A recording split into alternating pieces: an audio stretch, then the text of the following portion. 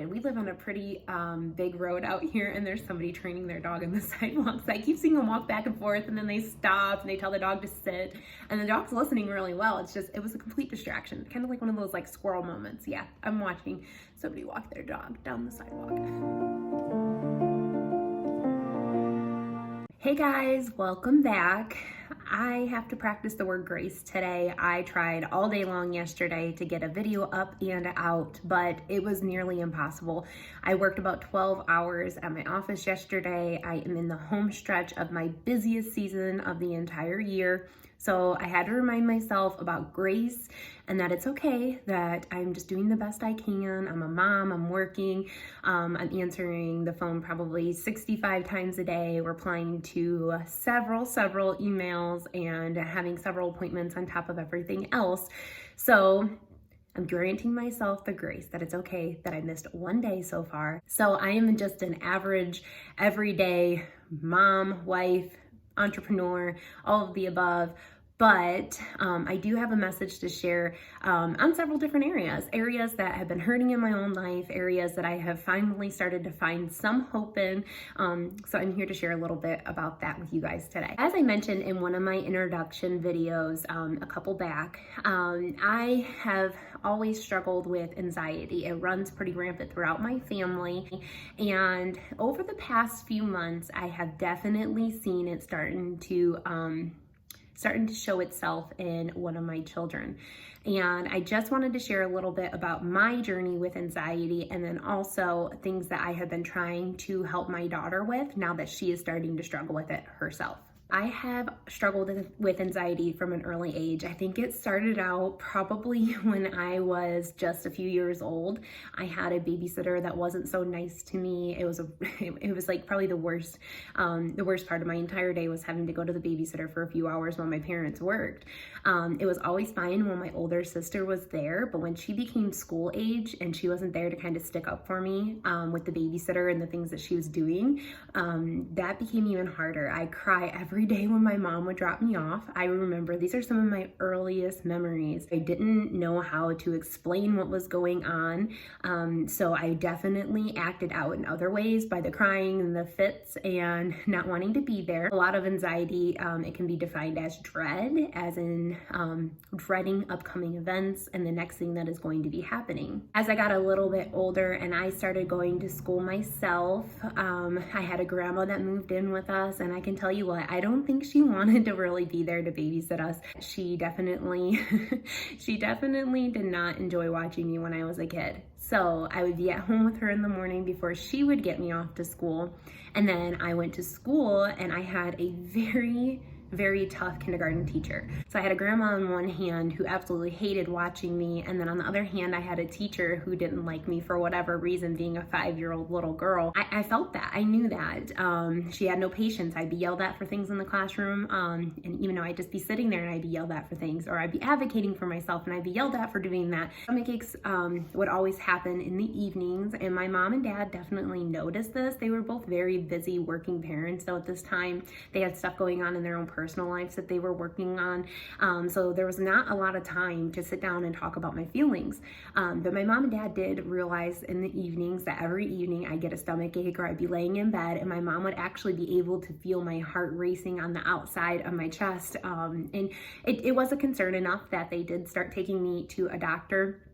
We had blood work done. So as a little 5-year-old girl, I'll tell you what, that was pretty traumatizing. To this day, I'm not a huge fan of needles, but they did the lab works. We met with a couple doctors and they just determined that it was anxiety, that I was very anxious and that my stomach aches were because of my nerves. So I am thankful that my parents did start digging into it a little bit more at that age, and they did take the time, but I also didn't receive a lot of the coping skills that I wish I would have, because my anxiety lasts for years to come. I wasn't put on any medication or anything like that. It was more or less, okay, you have anxiety and there's nothing else wrong with you.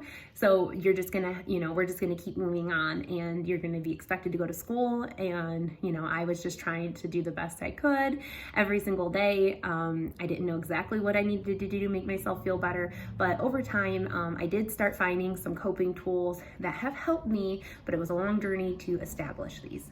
So my middle school years were really, really, really hard with anxiety. I remember like one morning realizing that I didn't put deodorant on and it causing like the biggest like panic ever.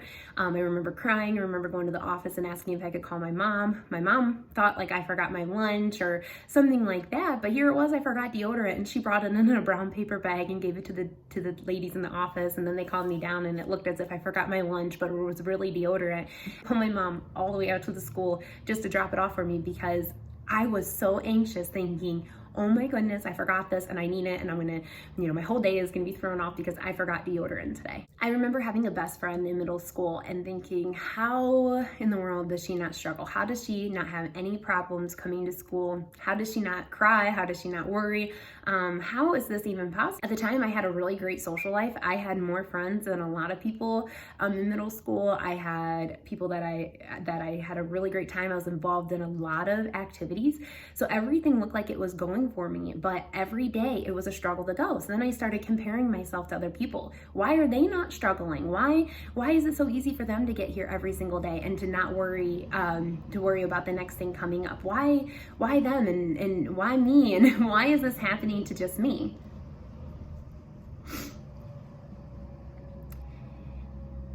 So then I started realizing that my anxiety wasn't going to go anywhere, and I just had to find ways to deal with it. So leading into high school, that was definitely another transition.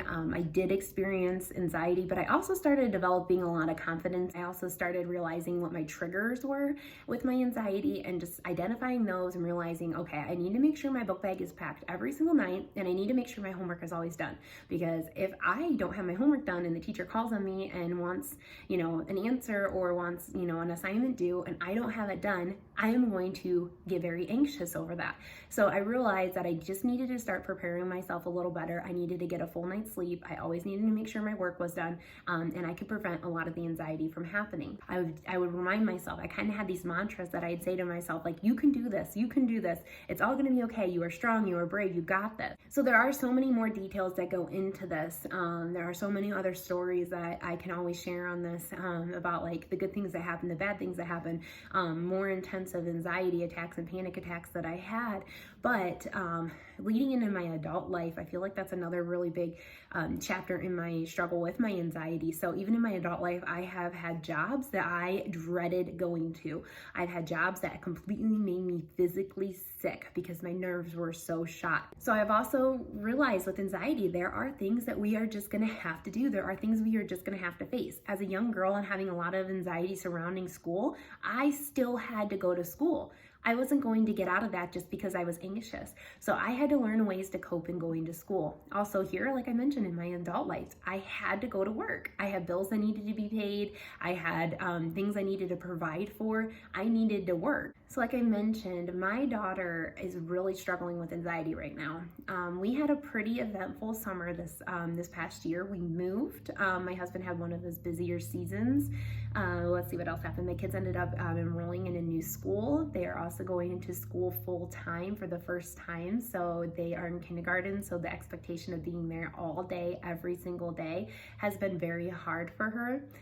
Being away from home that long has been hard for her. The school year starting for her has been so hard. My daughter is very, very, very smart. She does not struggle in school. She's reading really well. She is phenomenal at math. She is a great student. She is a great friend. She has lots of friends.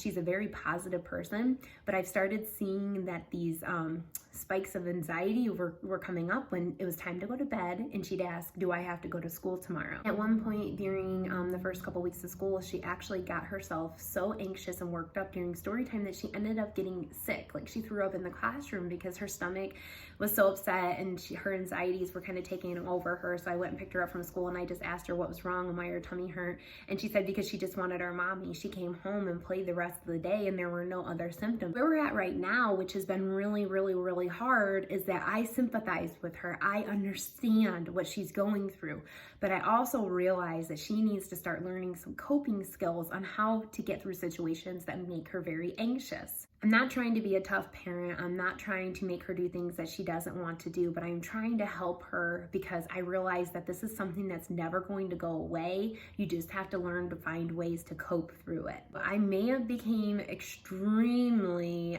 reactionary the first week that I realized that she was having such bad anxiety. I contacted the school counselor right away. I contacted her teacher, and I just wanted them to know what was going on. A couple of the teachers at her school go to our church, so I sent them some messages, and I was just like, hey, if you see Oakland in the hallway, please, just give her an extra hug. We established this thing, like, what do you do when you're scared at school? You hug a teacher. So she knows, like, if she's starting to get really anxious before she lets that all get herself worked up completely into a stomach ache where she's physically ill, she needs to go find a teacher and just give them a hug. And a lot of them know now that when she approaches them, she can't say, I'm very anxious. For her, the word is scared or it's worry. She said she's very scared, or she's worried and her tummy hurts, or she's nervous. So these teachers now know, because I jumped into it right away and I started notifying them all, hey, if Oakland approaches you, could you just give her a special little reminder that she's going to be okay, that you're there for her if something really bad happens, and that she's in a safe place. Another thing that I did this first week was I found a pediatric counselor that she would be able to start seeing. I tried to find somebody that she would be able to connect with. It took a couple weeks to get her into the counseling, but she sees a counselor that is phenomenal. They actually have a workbook that they work through. I had ordered one online, and I can always let you guys know what workbook that is if you have more questions on it. But they work through this workbook together on worry and about anxiety in kids, and it puts it all into terminology that they can understand. So I found my daughter a counselor right away. We started praying for Oakland. We started just encouraging her. I started helping her come up with her own little mantras. So every single morning before school starts, I always remind her, you are brave, you are strong, you are kind, you are loved. And we repeat that over and over every single morning. And I want her to change that mantra to something that means more for her when she's older. But for right now, I felt like those were words that she could understand the meaning. So the last thing that I wanted to mention, this past week right here after Thanksgiving has been really hard for Oakland to get back to school. This morning I tried to use an analogy, and she is little and she is very anxious, so she didn't quite catch on to my analogy, but this is something that I wanted to share with you guys because this is exactly how I look at my anxiety. With my anxiety, it usually revolves around an upcoming event that is going to be happening that will make me very overwhelmed, a situation that I am not in control of, a situation that I just don't know what's going to be happening, or a situation that I don't like to be in. Something like a couple of my job situations where I just didn't feel good around the people, where I didn't like where I was. What I explained to her this morning was that it's like getting on a roller coaster. You're gonna walk up to the roller coaster, you're gonna wait in the line, you are gonna be so nervous when you're anticipating it to start. Your stomach's gonna get the butterflies, you're gonna get scared, you're gonna start getting these thoughts in your mind like, I shouldn't do this, I shouldn't get on, I shouldn't do this to myself, I don't wanna do this anymore. You're going to be freaking out when you get in the seat of that roller coaster. You're gonna be freaking out even more when you're getting buckled, when the ride attendant's coming along and checking your buckles. You are gonna be ready to raise your hand and say, let me off of this ride. You are gonna be so anxious in the anticipation for it to begin. And the ride's gonna be ready to start off, and I'm telling you what, the nerves are gonna get to you. You're gonna be freaking out, you're gonna be holding on for dear life. And then that ride is going to start. It's going to happen, and you're going to have the best time of your entire life, and you're going to get done and you're going to look back and be like, holy cow, I am so glad that I actually did that. And why was I so scared? And why was that so bad? And oh my gosh, I want to do it again. I want to do it again. And then you're going to go to the next ride. We live really close to an amusement park, if you can't tell. So you're gonna go to the next ride, and you're gonna get in line, and you're gonna do the same thing, and you're gonna get in the seat, and the ride attendant's gonna come around, and they're gonna buckle you up, and they're gonna give the all clear sign, and that ride's gonna roll out of the station, and the next thing you know, you're gonna be sitting there thinking, why am I doing this? Why am I doing this? Let me off this ride, and you're gonna do it again. It's exactly the same thing with anxiety. You're gonna wake up every day, and you're gonna think, oh my gosh, I don't wanna do this. I don't wanna go to school. I don't wanna go to work. I don't know what it is, but I just don't wanna be there. And you're gonna take these small steps. You're gonna get your shoes on. You're gonna get in your car, you're gonna get on the school bus, wherever it is that you're going, and you're gonna hate it. And then you're gonna pull up in the parking lot, and you're gonna hate it, and you're not gonna wanna go in. And then you're gonna walk through those doors, and you're going to establish your schedule, and your day is just going to go. There are going to be things, there's going to be twists, there's going to be turns, there's going to be, dark tunnels that you don't know what's coming up ahead. You're going to get to the end of the day and you're going to remind yourself like, holy cow, looking back on that was a good day. Or look how much I accomplished today. Look how much I got through today because I just put one step in front of the other. So I explained that to Oakland this morning to her sweet little kindergarten self, and in the words that I felt like she would understand. And so I said, school is the exact same way, honey. Like, you're going to be very, very nervous to go to school. Just like you're very nervous to get on a roller coaster. You're going to be very nervous. You're not going to want to do it. You're going to try to talk yourself out of it. But you are brave.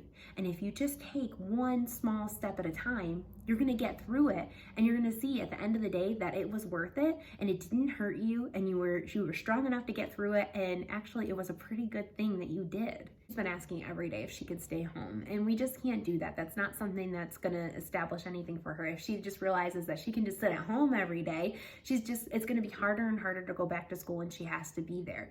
So we have to be very firm in our steps.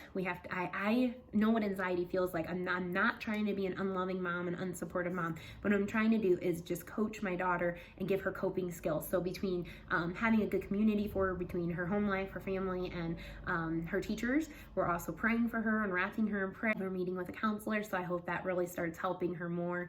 I'm trying to give her these visuals of it's going to be really scary leading up to it, but once you get there, you're going to be able to do this. I'm showing her little things like just take one step in front of the other. And she also carries this little cross in her book bag, and it says that you are not alone. And I told her, I said, that cross is always with you, because if you can't see mommy and daddy, you can get that out and just know that Jesus is always with you and you are not in this alone. So my little kindergarten daughter can understand this, and she is struggling with this every single day. I'm just trying to help her the best we can, because I'm telling you what, it is hard. It is hard living with anxiety. It's hard living in this world, but we can get through it together. There is so much more that goes into my anxiety journey, and I'm sure we're just starting out on it with our daughter right now. So I would love to share more with you guys. But that's all for today. If you found this video helpful, make sure that you subscribe, and I cannot wait to continue on this journey in life together.